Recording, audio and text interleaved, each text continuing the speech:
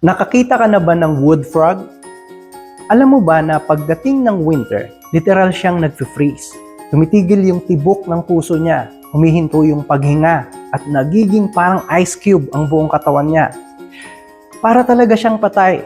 Pero ang totoo, nakapos lang siya para makasurvive sa sobrang lamig.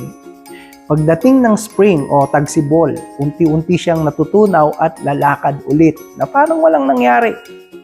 Minsan ganyan din ang buhay natin. May mga season na mararamdaman mong parang wala nang nangyayari sa'yo.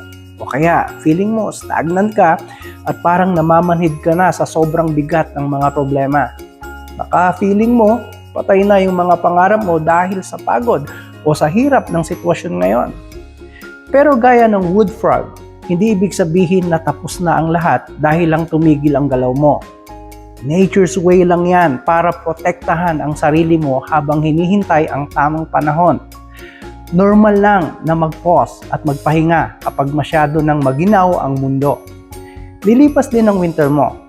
Natutunaw din ang mga worries na yan at muli kang gagalaw ng mas malakas. Kawit lang, malapit na ang spring mo. Ayos?